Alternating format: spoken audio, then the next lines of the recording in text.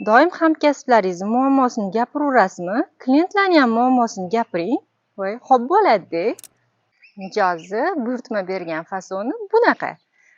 Tikuvchini tikib qo'ygan fasoni bo'lsa bunaqa. Xayolidagi fasonni kiyib, 450 mingta rasmga tushmoqchi bo'lgan mijoz umuman boshqa fasonni ko'rib. Bunaqa fason demagandim-u degan bechora mijozga xotirjam o'tirgan tikuvchi. Materialingizdan bunaqa fason chiqmasdi-da. Qarang, bu uningizdan chiroyliroq-u, dippinigini ham bizmidi-ya.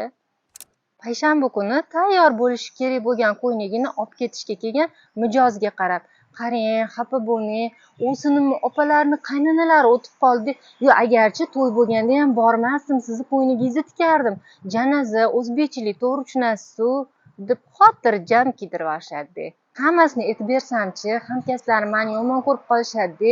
O'shaning uchun sizlarga qilingan nohaqliklarni kommentariyda o'zingizlar yozib ketinglar.